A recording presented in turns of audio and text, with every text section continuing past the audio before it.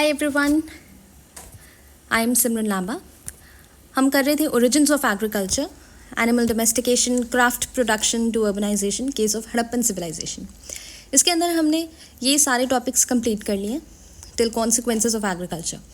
आज हम early Harappan period से स्टार्ट करेंगे, जिसमें आपका Indus region, lower Indus plain, intensification of agriculture and use of copper, planning of settlements, ये सारे टॉपिक्स आ जाएंगे। So let's begin. Early Harappan period 3200 BC का जो पीरियड था, इसमें बहुत सारे चेंजेस आए इंडस रीजन के आसपास। एक एग्रीकल्चर का एक्सपेंशन देखा हमने इस पीरियड में। जो कल्टिवेटर्स थे वो एक गांव में रहने लग गए थे, जो कि कई कई साल तक, कई सेंचुरीज तक वो रहने लगे, और उन्होंने लैंड के ऊपर अपनी एक बेटर अंडरस्टैंडिंग डेवलप कर ली थी। सॉइल को अच्छे से जानने लग गए थे। क्रॉपिंग पैटर्न उनको पता चल गया था, एरिया का किस तरीके से रखना चाहिए।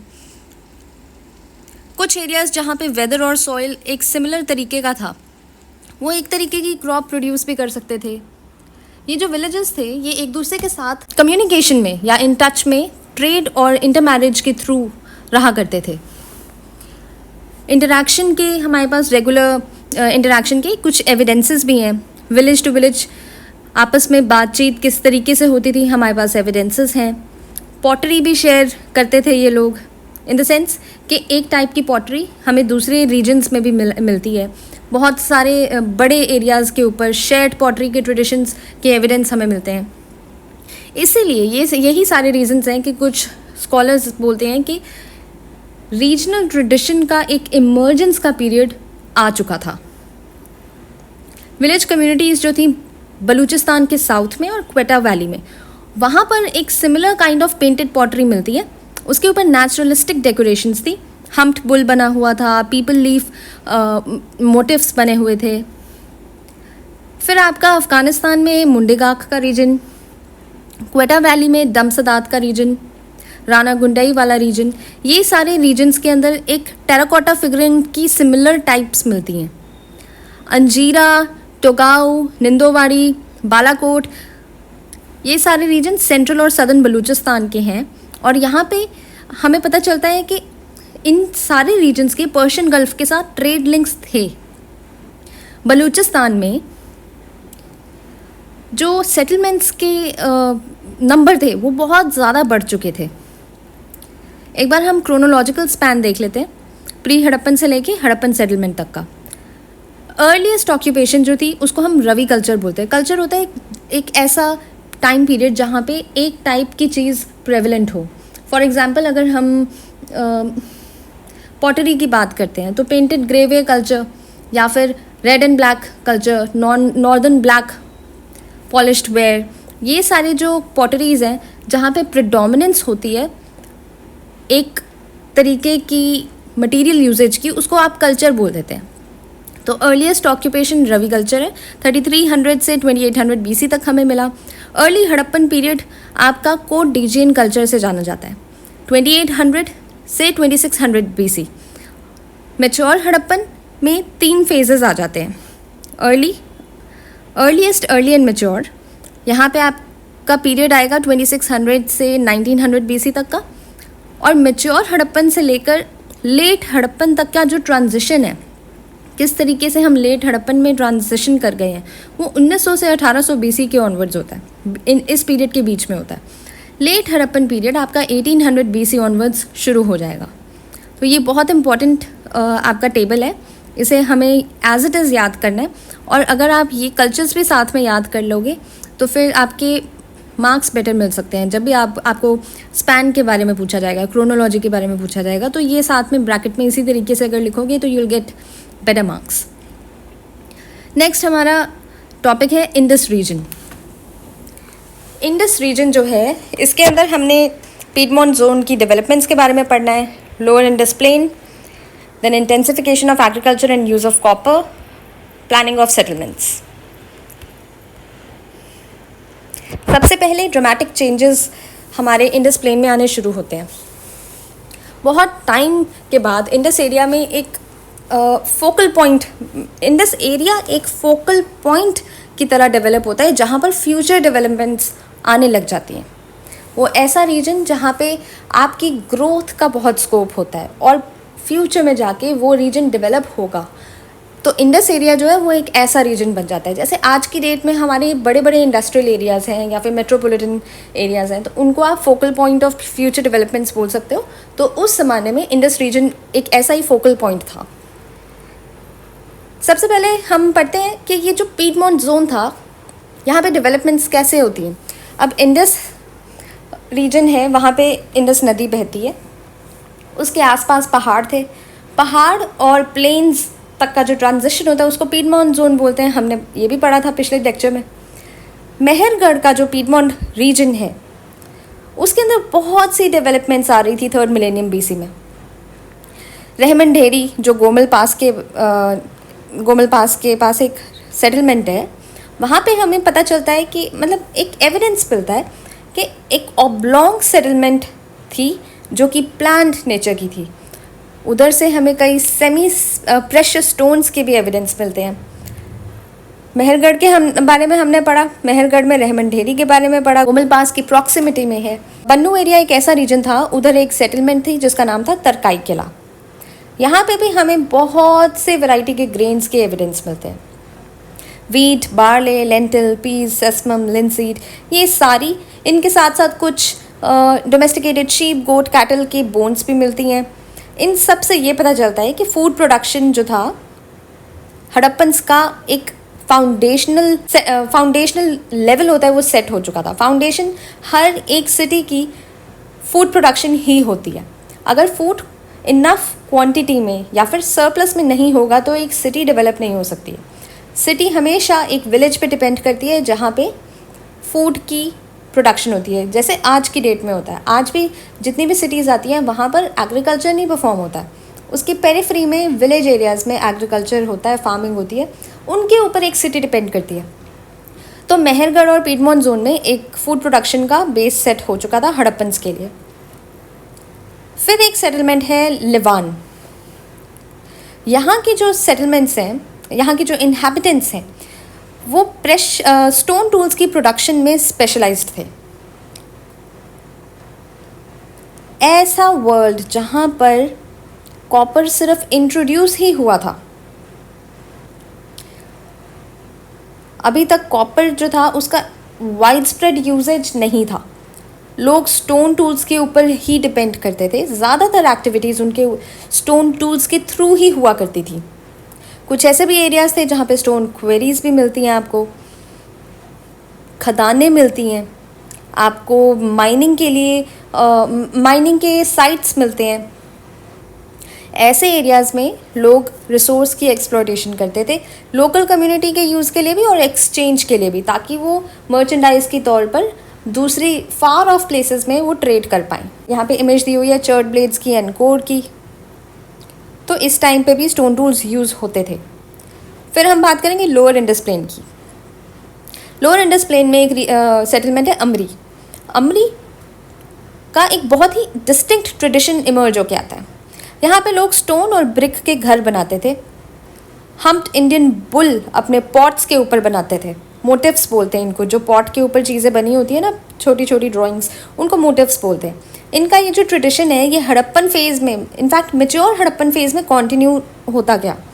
ये जो लोग हैं इनकी कुछ कैरेक्टरिस्टिक्स इनके कंटेम्प्रेरी धोलावीरा और कंटेम्प्रेरी सुरकोतरा जो कि गुजरात में पड़ते हैं उनके साथ मैच करते थे।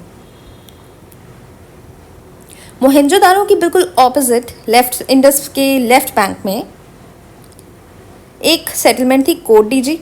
ये हमारी दूसरी सेटलमेंट है। यहाँ पर सबसे इंटरेस्टिंग बात ये थी कि एक व्हील थ्रोन पॉटरी मिलती है और यहाँ पे plain bands of dark and brownish paint के थ्रू पॉटरी डेकोरेटेड थी। इस तरह की जो पॉटरी है ये दूर दूर के इलाकों से मिलती है।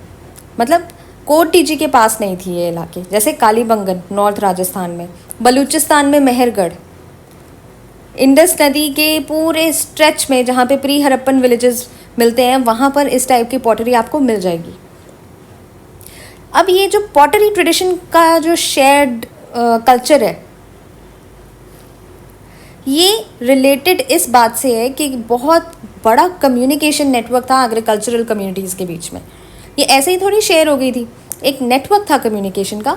इसलिए हमें मतलब आपको जब भी हिस्ट्री पढ़नी है तो आप ये देखोगे कि आपको डायरेक्ट एविडेंस किसी भी चीज़ का नहीं मिलता है। You have to read between the lines कि एक चीज़ जो हमें एक रीजन में मिलती है वो दूसरे रीजन में तभी मिल पाएगी, वाइड स्प्रेड रीजन में, क्योंकि वहाँ पर कम्युनिकेशन होगा। तो आप जब डॉट्स कनेक्ट करोगे then you will be able to understand कि एक स्टोरी कैसे फॉर्म होती है हिस्ट्री की।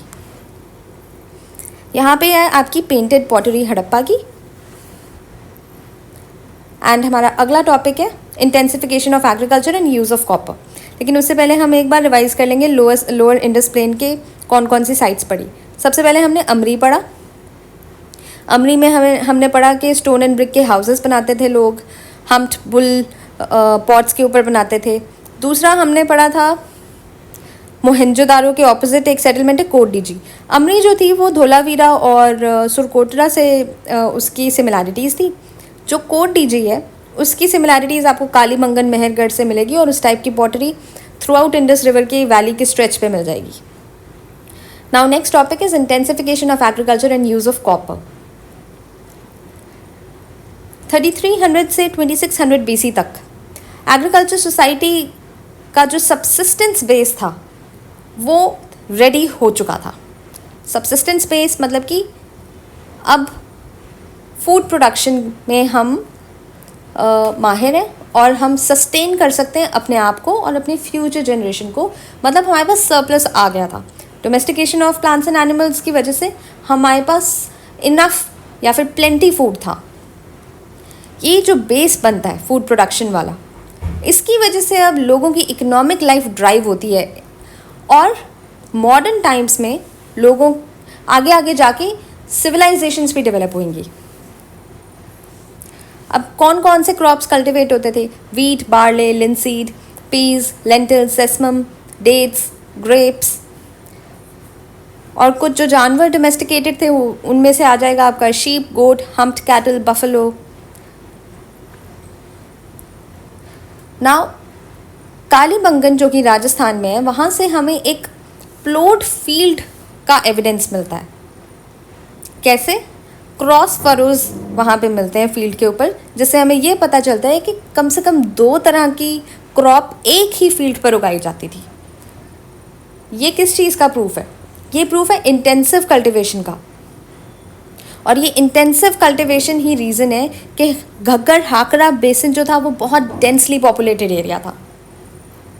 कालीबंगन का एविडेंस और सोथी सिसवाल का जो उसके कंटेम्प्रेरी ही था, नॉर्दर्न राजस्थान में, पंजाब और हरियाणा में आपको मिल जाएगा। सोथी सिसवाल कल्चर और कालीबंगन के एविडेंस को आप एक साथ देखोगे तो पता चलेगा कि कॉपर का जो यूज़ था वो अप्रिशिएबल स्केल पर आ गया था। मेहरगढ़ और रहमनडेरी, वहाँ पे भी कॉपर और ब्रॉन्ज के यूजेज की एक हमें एविडेंस मिलता है। कॉपर कहाँ यूज़ होता था? बैंगल्स के ऑल्स एंड चिजल्स को बनाने में यूज़ होता था। अब जो अर्बन फेज़ की जो कॉपर की या टूल्स की जो प्रोडक्शन है, उस तरीके का अभी आया नहीं था। कॉपर को बनाने का जो टेक्निक थी वो अभी प्रिमिटिव थी या फिर रूडिमेंट्री थी। मेटल ऑब्जेक्ट कोल्ड हैमरिंग की तरह और ओपन मोल्ड कास्टिंग के टेक्निक से बना करते थे। गोल्ड एंड सिल्वर बहुत ही रेयर यूजेज में था। हरियाणा में आपको ये लेफ़्ट साइड पे एक प्लो दिख जाएगा और सेकंड पिक्चर इवन दो ये क्लियर नहीं है but it is the evidence of प्लोड field from Kalibangan. Final topic आपके अर्ली हड़प्पन का है planning of settlements. Planning of settlements में बहुत ड्रामेटिक डेवलपमेंट्स देखने को मिलती हैं। पहली बात कि कालीबंगन, रहमनडेरी, कोटडीजी, बनावली, इन सब रीजन्स में हमें फोर्टिफिकेशन देखने को मिलती है। फोर्टिफिकेशन अब 2 चीज़ों की वजह से हो सकती है। एक तो सिटाडेल्स जो है, सिटाडेल्स इसलिए बनाए जाएंगे। सिटाडेल्स होता है एक अपर टाउन होता है और वो ही फोर्टिफाइड होता था मोस्टली। ये सिटाडेल की एक तो इम्पॉर्टेंट पर्सनस के लिए होता था या फिर elite class, elite section of society के लिए होता था, और अंडर प्रिविलेज्ड से अपने आप को सेग्रीगेट करने के लिए, एक्सक्लूसिविटी के लिए होता था। तो फोर्टिफिकेशन के अब एक रीज़न तो यही हो गया कि आउटसाइडर्स को बाहर रखना है और अंडर प्रिविलेज्ड को भी उस रीजन से बाहर रखना है। अंडर प्रिविलेज्ड कौन होता है? Common man. अब इससे ये पता चलता है कि जो कम्युनिटीज़ हैं सिटाडेल के अंदर, they had something to protect. उनके पास कुछ ना कुछ प्रेशियस चीज़ थी। दस जो सिटाडेल्स हैं वो इस बात का क्लू है कि उस ज़माने में सोशियो पॉलिटिकल हायरार्की भी थी।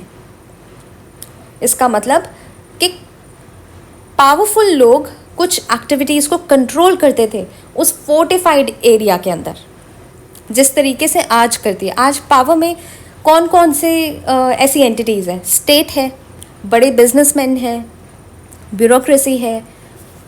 ये सारी ऐसी चीज़ें होती हैं जो हमेशा पावर में रहती हैं और वो कंट्रोल करते हैं डिसीजन मेकिंग को। इसलिए वो फोर्टिफाइड थे हड़प्पन पीरियड में। It helps the powerful to control activities inside the fortification. और क्या करता था? फोर्टिफिकेशन के थ्रू हम आउटसाइडर्स के ऊपर नज़र भी रख सकते थे। अगर कोई ट्रेडर गुड्स लेकर आ रहा है दूर के इलाकों से, तो वो बाहर से कलेक्ट करके उनको एक्सेस प्रोवाइड कर सकते थे, ताकि वो पोटेंशियल बायर्स जो फोर्टिफिकेशन के अंदर रहते हैं उनको वो बेच पाएँ।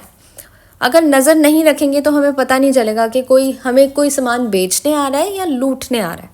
तो फोर्टिफिकेशन का ये भी पर्पस था। कालीबंगन में एक हमें एविडेंस मिलता है ब्रिक प्रोडक्शन का, लेकिन स्टैंडर्डाइज्ड ब्रिक प्रोडक्शन का, और दूसरा एविडेंस ब्रिक लेइंग का मिलता है कि हमने प्रोड्यूस तो कर दिया, अब लगानी भी तो है ना। तो हमें ये दोनों चीज़ों का एविडेंस मिलता है कालीबंगन से।